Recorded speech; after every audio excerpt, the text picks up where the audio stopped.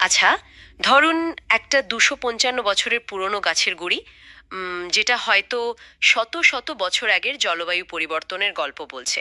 আর এটা কিন্তু কোনো বোরিং সায়েন্স ল্যাবে নেই। আছে শিলংয়ের বুকে বিশাল এক মৌচাকের মতো দেখতে ভবনের ভেতর। একদম। আজকের এই ডিপ ডাইভে আমরা ডন বস্কো মিউজিয়াম নিয়ে আলোচনা করব। বাইরে থেকে দেখলে মনে হবে সাধারণ একটা মিউজিয়াম, কিন্তু ভেতরে ঢুকলেই যেন পুরো উত্তর পূর্ব ভারতের শত শত বছরের ইতিহাস আর সংস্কৃতির দরজা খুলে যায়। আদিবাসী মানুষের পোশাক, গয়না, বাদ্যযন্ত্র, অস্ত্র, কৃষি, ঘরবাড়ি, প্রতিটি জিনিস যেন তাদের জীবন ও ঐতিহ্যের এক একটি গল্প পারে। তো ঠিক আছে, চলুন বিষয়টা একটু খুলে দেখা যাক। হ্যাঁ, আর এখানে সবচেয়ে আকর্ষণীয় বিষয়টা হলো কিভাবে একটা ভবনের ছাদের নিচে মানে পুরো সেভেন সিস্টার স্টেটস বা উত্তর পূর্বের ৭টি রাজ্যের আত্মাকে একেবারে জীবন্ত করে ধরে রাখা হয়েছে। এটা কিন্তু শুধু কাঁচের বাক্সে সাজালো কিছু ধুলো মাখা জিনিস নয়। একদমই না। আর শুরুটা তো ভবনের আর্কিটেকচার থেকেই। স্থপতি বিবেক ভর্মার ডিজাইন করা এই সাততলা ভবনের আকৃতি ঠিক একটা মৌচাকের মতো। কিন্তু হুম সাধারণ মিউজিয়ামের মতো চারকোনা না হয়ে এরকম হেক্সাগোনাল বা মৌচাকের মতো কেন? আমি বুঝতে পারছি যে ৭টি তলা ৭টি রাজ্যের প্রতিনিধিত্ব করছে, কিন্তু হ্যাঁ, আসলে এর পেছনে খুব সুন্দর একটা বৈজ্ঞানিক কারণ আছে। মৌচাক যেমন প্রাকৃতিকভাবে ভেতরের তাপমাত্রা নিয়ন্ত্রণ করে, এই ভবনটিও ঠিক সেই কাজটিই করে। শিলংয়ের পাহাড়ি বাতাস এই হেক্সাগনাল কাঠামোর ভেতর দিয়ে খুব সহজে বইতে পারে। ও তাই? কোনো এয়ার কন্ডিশনিং লাগে না? একদম তাই।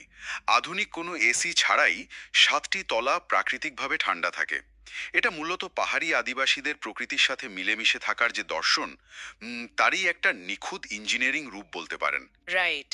আর প্রকৃতির সাথে সম্পর্কের সবচেয়ে জীবন্ত প্রমাণ কিন্তু ওই যে প্রথমে বললাম, এগ্রিকালচার গ্যালারিতে রাখা ২৫৫ বছরের পুরনো গাছের গুঁড়িটা।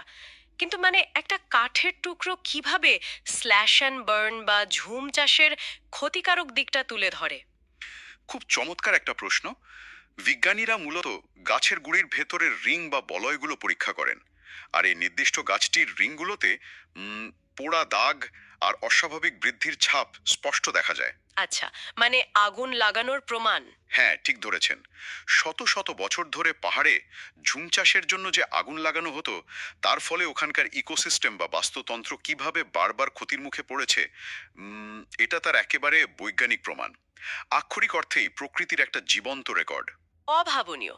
অন্যদিকে হাউজিং গ্যালারিতে যখন ওই উঁচু বাঁশের খুঁটির ওপর তৈরি আদিবাসী বাড়ির মডেলগুলো দেখি, তখন অবাক লাগে। মানে শুধু টিকে থাকার তাগিদে মানুষ কিভাবে উঁচু বাঁশের ওপর আস্তে একটা গ্রাম তৈরি করে ফেলতে পারে। কিন্তু বাঁশের খুঁটি তো খুব একটা শক্তপোক্ত হওয়ার কথা নয়, তাই না? পাহাড়ি বর্ষা বা ঝড়ের সময় এগুলো টিকে থাকে কিভাবে? আমরা যদি বৃহত্তর প্রেক্ষাপটে দেখি, তাহলে বুঝবো যে এখানেই আদিবাসীদের আসল উদ্ভাবন লুকিয়ে আছে। তারা আহ, বিশেষ এক ধরনের গিট বা ল্যাশিং টেকনিক ব্যবহার করে বাঁশগুলোকে বাঁধে। এতে কাঠামোটা ভীষণ ফ্লেক্সিবল বা নমনীয় হয়। ওহ, আচ্ছা, ফ্লেক্সিবল হওয়ার কারণে সহজে ভাঙে না। হ্যাঁ, ঠিক তাই। ভূমিকম্প বা প্রবল ঝড়ে এগুলো সহজে ভেঙে পড়ে না, বরং বাতাসে দুলে আবার আগের জায়গায় ফিরে আসে। আর এই উঁচু প্ল্যাটফর্মগুলো কিন্তু গভীর জঙ্গলে বন্যপ্রাণী বা বিষাক্ত সরীসৃপের হাত থেকেও মানুষকে বাঁচায়। অসাধারণ।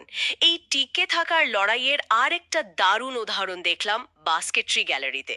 সেখানে ৪টি ভিন্ন উপজাতির মানুষকে একই সাথে ঝুড়ি বোনার কাজে ব্যস্ত দেখানো হয়েছে। হ্যাঁ, আর খেয়াল করলে দেখবেন এত এত আলাদা আদিবাসী গোষ্ঠী, যাদের নিজেদের মধ্যে একসময় হয়তো দ্বন্দ্ব ছিল, তাদের সবার মধ্যে এই ঝুড়ি বোনার কৌশলটা একদম কমন। ঠিক। কিন্তু কেন এত ভিন্নতার মাঝেও এই মিলটা কিভাবে এলো? কারণ এটা শুধু কোনো শখের হস্তশিল্প নয়, এটা আসলে টিকে থাকার অন্যতম প্রধান হাতিয়ার। খাড়া পাহাড়ি ঢালে ফসল ফলানো আর সেগুলো পিঠে বয়ে আনার জন্য ঝুড়ি তো অপরিহার্য। ভৌগোলিক আর অর্থনৈতিক এই একই প্রয়োজনের কারণেই তাদের মধ্যে এই প্রযুক্তিগত মিলটা তৈরি হয়েছে। রাইট। আর সবচেয়ে দারুণ বিষয়টা হলো, এই কালচারাল অভিজ্ঞতা কিন্তু শুধু চোখের দেখায় আটকেনি। সাতমতলার স্কাইওয়াক থেকে শিলং শহরের 360 ডিগ্রি প্যানোরামিক ভিউ দেখার অভিজ্ঞতা তো আছেই। আর তার সাথে নিজস্ব ইটালিতে ঐতিহ্যবাহী খাবারের স্বাদ নেওয়ার ব্যবস্থাও আছে। হ্যাঁ, এই যে জাদো, ওয়াকপুরা বা বাঁশকোরল, উম, এই আদিবাসী খাবারগুলোর পেছনের গল্পটা কি? দেখুন, সংস্কৃতিকে সম্পূর্ণভাবে বুঝতে হলে তার স্বাদ আর চারপাশের পরিবেশকে অনুভব করা জরুরি। যেমন জাদু হলো খাসি সম্প্রদায়ের চাল আর মাংস দিয়ে তৈরি একটা খাবার। উম পাহাড়ি রুক্ষ পরিবেশে টিকে থাকার জন্য তো প্রচুর শক্তির দরকার হয়, তাই না? একদম। প্রচণ্ড শারীরিক পরিশ্রম করতে হয়, যার জন্য প্রচুর ক্যালোরির প্রয়োজন। এই খাবারগুলো ঠিক সেই পুষ্টির যোগান দেয়। আসলে তাদের খাবার মূলত তাদের চারপাশের রুক্ষ ভূপ্রকৃতির আর আবহাওয়ারই সরাসরি প্রতিচ্ছবি। তাহলে এর মানে কি দাঁড়াচ্ছে? আধুনিক আর ব্যস্ত জীবনের এই সময়ে ভিন্ন ভিন্ন সংস্কৃতির শেকড় আর তাদের বেঁচে থাকার লড়াই সম্পর্কে জানাটা আমাদের নিজেদের দৃষ্টিভঙ্গিকে আরো প্রসারিত করে। এটা শুধু পুরনো জিনিস দেখার জায়গা নয়। ঠিক বলেছেন।